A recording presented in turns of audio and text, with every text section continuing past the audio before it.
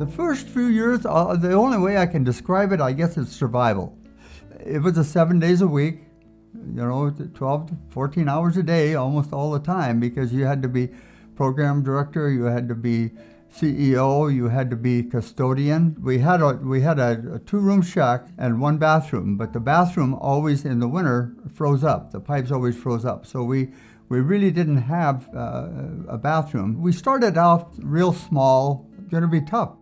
If you're not smart, surround yourself with smart people, and so that's what I did. When I first started with Pat and trying to help him, he was there alone as the director of the YMCA in about 1971. Pat and I have known each other for a long time and have been friends for 40-some years. He is the driving force for the YMCA and its early development.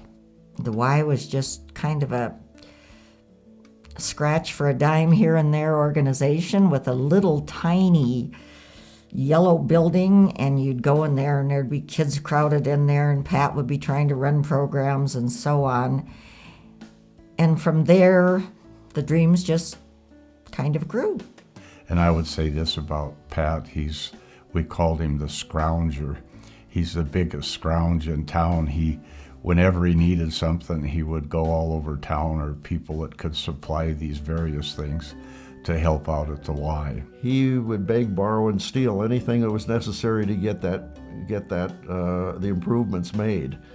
And I don't mean steal in quite that same sense, but he was talking with Bill Mitty one time and told him he needed some lumber for the improvements. Bill said, well, go over and get some stuff in my construction yard. Then Bill looked out of his window, and Pat, I think, had a big truck and was loading anything he could find up there. And Bill said, that wasn't quite what I meant. I thought there would be a reasonable amount. But that was how things got done. Those early board meetings would be spent with a list of bills we had to pay, and we didn't have enough money on hand to pay the bills. How sort of almost comical it was, sitting there deciding, should we pay the power company or should we play Joe Blow the plumber? Well, we can not pay the power company. They're big enough. They're not going to miss our $45 this month, but Joe Blow really may need it. There was always this dream of having a Y, a permanent facility. In those early days, it was nothing but a dream, and just scrambling to stay month to month afloat. Any opportunity to get a buck or get some free material or this and that, we were out there pushing it.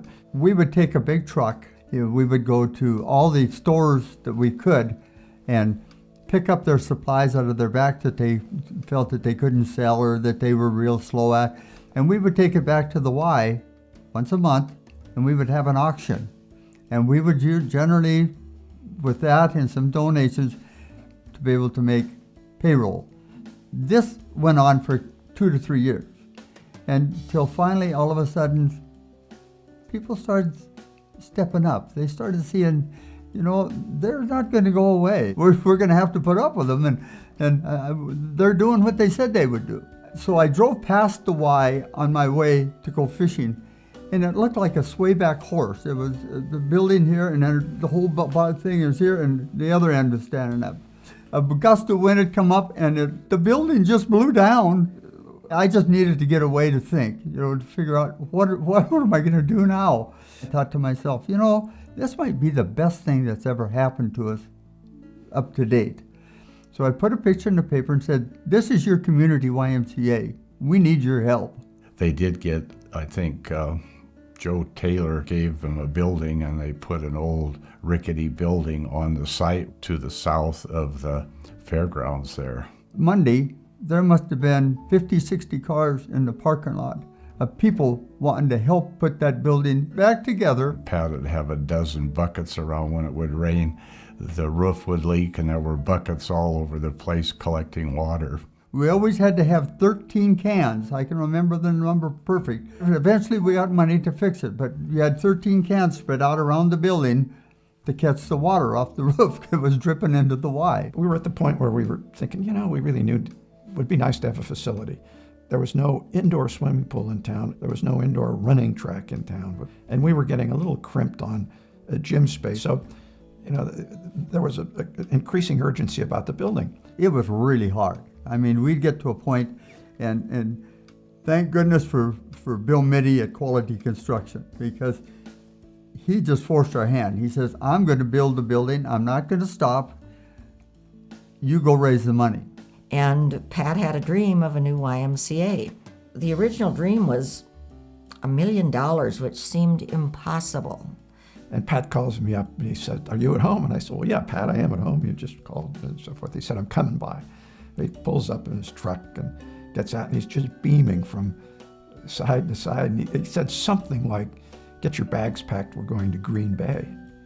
A fellow who came in who had been the head of the Green Bay YMCA said that he had someone who was interested in having a Y building that had a swimming pool, because she had grown up in the Green Bay area and was interested in helping the Y get this started. The Y was very important in her life, and she had driven by Missoula and seen our little shack, if you will, and I guess decided maybe she'd like to help us expand and so forth. They ought to get a bronze statue of Penny Coffrin. She was a benefactor from Wisconsin. Her family had been involved there, and she as a child also involved and was a great friend of the YMCA. Got the addition on to the YMCA, and we did it. It was amazing, absolutely amazing. People look now at the bricks and mortar and they don't know. That wasn't there not very long ago.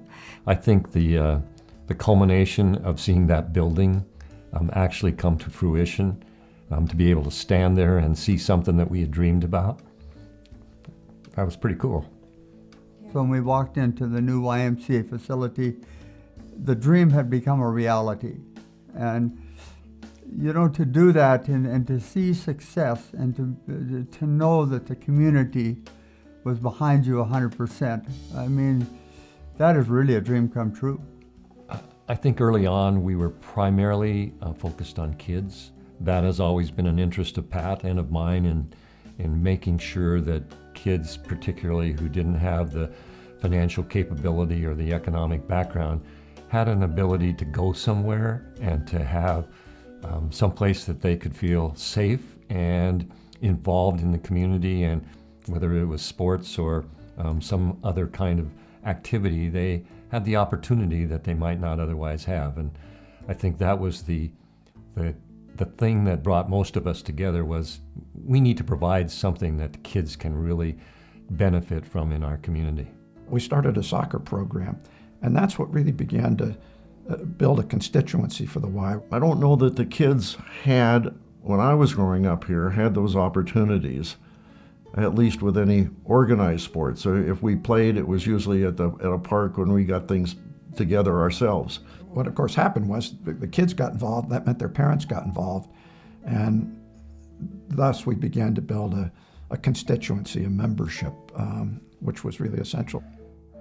It gave the young people so many opportunities through the soccer program, and that really started things going. And I think that the Y has always provided for people who are less fortunate, being able to have facilities that, for exercise, for group gatherings, for childcare, things like that. And I think the Y fills that niche and that need in the community. To get these wonderful facilities, to be able to let the Y grow to, I think, almost 6,000 members at one time. I mean, it was huge, going from nearly nothing to serving the community. It's spread between all age groups and was very active in the over 65 or 70 age group also, with swimming and other things. You go to the Y, and it's everybody. It's, little kids, it's old guys, it's people in shape, it's people who aren't in such good shape. So I think that's the real story of the Y. It is accessible to everybody in the community, regardless of who you are, what your background is, what your interests are. And for those who can't afford it, there are scholarship opportunities for those who have limited abilities. There are programs for them. For people who want to work like heck, there are programs for them. It's inclusive.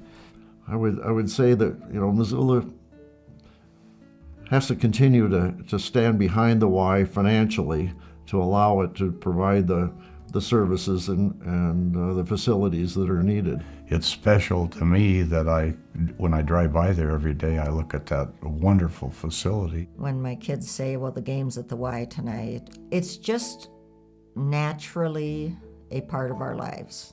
We are so grateful for the Missoula community for support for 50 years that has helped change thousands and thousands of lives over the years and just has a remarkable impact for good.